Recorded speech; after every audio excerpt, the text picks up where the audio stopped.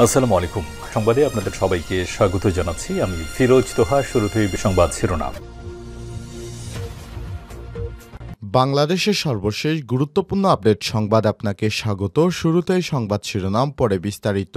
শুরুতেই জানাবো, নাপ নদীর মোহনায় কোস্টগার্ডের সঙ্গে গোলাগুলি, নিহত এক। কক্সবাজারের টেকনাফের সাপরিদ্বীপ সংলগ্ন নাপ নদীর মোহনায় মাদক কারবারিদের সঙ্গে কোস্টগার্ডের গোলাগুলির ঘটনা ঘটেছে। এতে এক মাদক কারবারি নিহত হয়েছে। এ সময় ৩টা আগ্নেয়াস্ত্র এবং ১০,০০০ পিস ইয়াবা এবং ১৬ জনকে গ্রেপ্তার করেছে কোস্টগার্ড। এরপর জানাবো, শেখ হাসিনার আমলে ১৪ বছর পর মোস্ট ওয়ান্টেড মেজর জিয়ার হদিস। মোস্ট ওয়ান্টেড মেজর জিয়া, যার হদিস মিলল ১৪ বছর পর। মামলা ও জঙ্গির খাতা থেকে নাম কাটাতে আইন এবং স্বরাষ্ট্র মন্ত্রণালয়ে আবেদন করেছেন ফাঁসির দণ্ডপ্রাপ্ত এই আসামি। বিগত শেখ হাসিনার আমলে এই সাবেক সেনা কর্মকর্তাকে জঙ্গির নাটক সাজিয়েছিল শেখ হাসিনা এবং বলা হয়েছিল তাকে ধরিয়ে দিতে পারলে ২০ লক্ষ টাকা পুরস্কার দেয়া হবে। জানা গেছে, মেজর সৈয়দ জিয়াউল হক তিনি ভারত এবং আওয়ামী বিরোধী ছিলেন, এ কারণেই তাকে জঙ্গি বানানো হয়েছিল। এদিকে প্রধান উপদেষ্টার সঙ্গে রূপা হকের সাক্ষাৎ, অবাধ ও সুষ্ঠু নির্বাচনের আশ্বাস। প্রধান উপদেষ্টা অধ্যাপক ডক্টর মোহাম্মদ ইউনূসের সঙ্গে সৌজন্য সাক্ষাৎ করেছেন ব্রিটিশ সংসদ সদস্য রূপা হক। আজ রাষ্ট্রীয় অতিথি ভবন যমুনায় এই সাক্ষাৎ অনুষ্ঠিত হয়।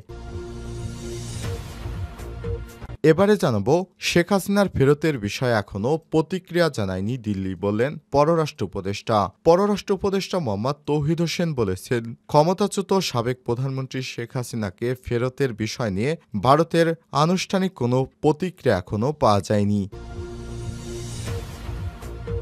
এদিকে সাবেক প্রতিমন্ত্রীর চাচাকে বিদ্যুতের খুঁটির সঙ্গে বেঁধে পিটিয়ে পা ভেঙে দিল কারা?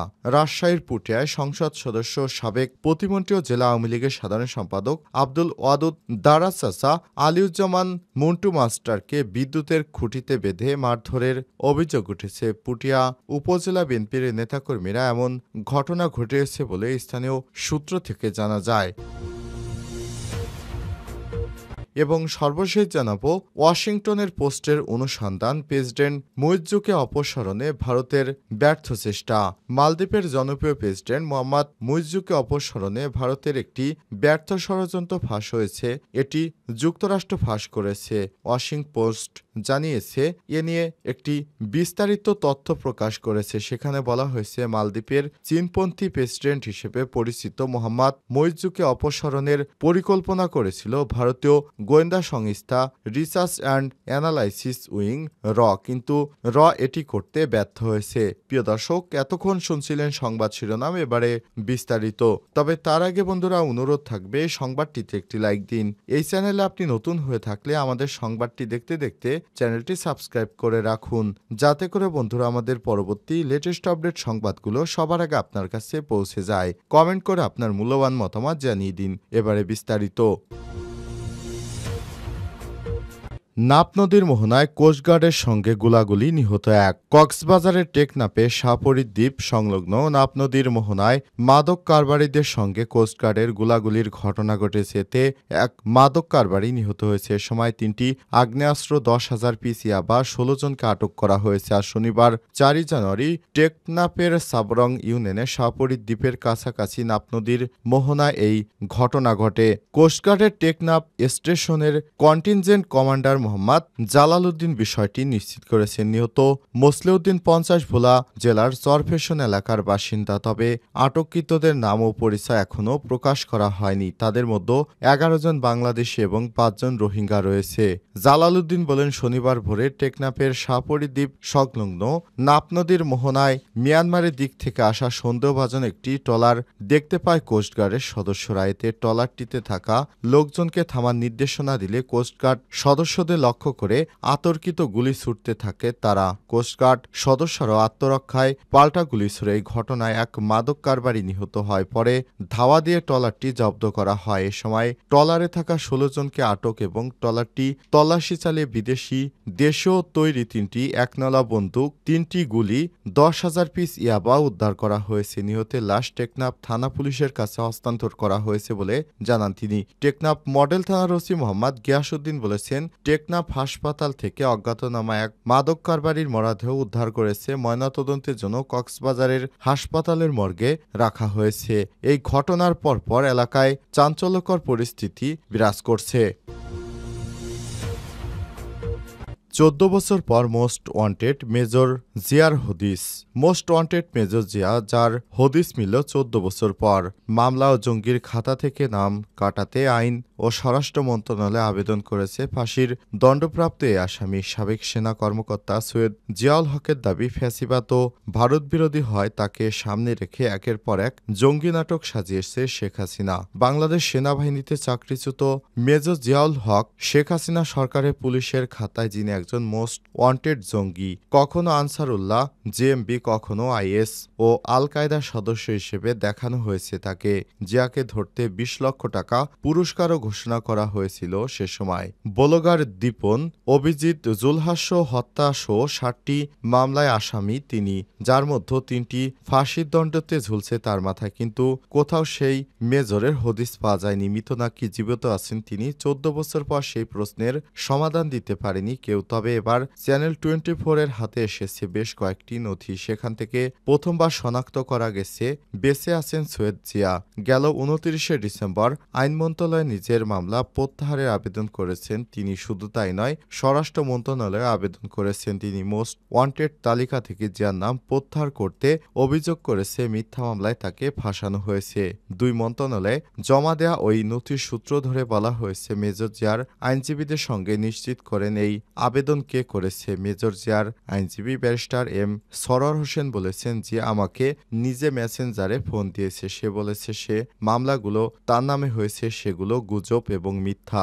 এই পরিবর্তিত পরিস্থিতিতে স্বরাষ্ট্র মন্ত্রণালয়ে আবেদন জানিয়েছে তার ব্যাপারে যে 20 লক্ষ টাকা পুরস্কার ঘোষণা করা হয়েছে সেটা প্রত্যাহার করার জন্য। আইন উপদেষ্টার কাছে আবেদন করেছেন তার পলিটিক্যাল মোটিভেটেড মামলাগুলো প্রত্যাহার করার জন্য।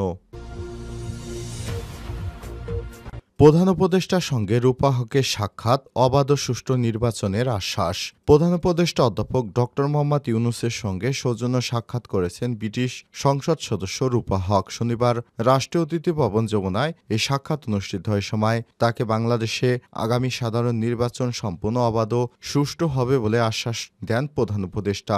গত 3টি নির্বাচনের মানুষ ভোট দিতে পারেনি উল্লেখ করে রূপা হককে অধ্যাপক ড ইউনূস বলেন, তখন একটি ভুয়া সংসদ, ভুয়া এমপি এবং একজন ভুয়া স্পিকার ছিল। পুরো দেশ এখন তাদের কণ্ঠস্বর ফিরে পেয়েছে, যাদের কণ্ঠ জোর করে কেড়ে নেওয়া হয়েছিল। আগামী সাধারণ নির্বাচনের সম্ভাব্য তারিখ, বাংলাদেশের অন্তর্বর্তীকালীন সরকারের সংস্কার উদ্যোগ এবং রাজনৈতিক দলগুলোর অংশগ্রহণের প্রক্রিয়া সম্পর্কে খোঁজখবর নেন রূপা হক। এ সময় তিনি বলেছেন, বাংলাদেশ দেখে আমি সত্যি উৎসাহিত হয়েছি। অধ্যাপক ড ইউনূস রূপা হককে বলেন, পরবর্তী সাধারণ নির্বাচনের জন্য 2টি সম্ভাব্য সময়সীমা রয়েছে, চলতি বছরে ডিসেম্বর বা আগামী বছরের মাঝামাঝি।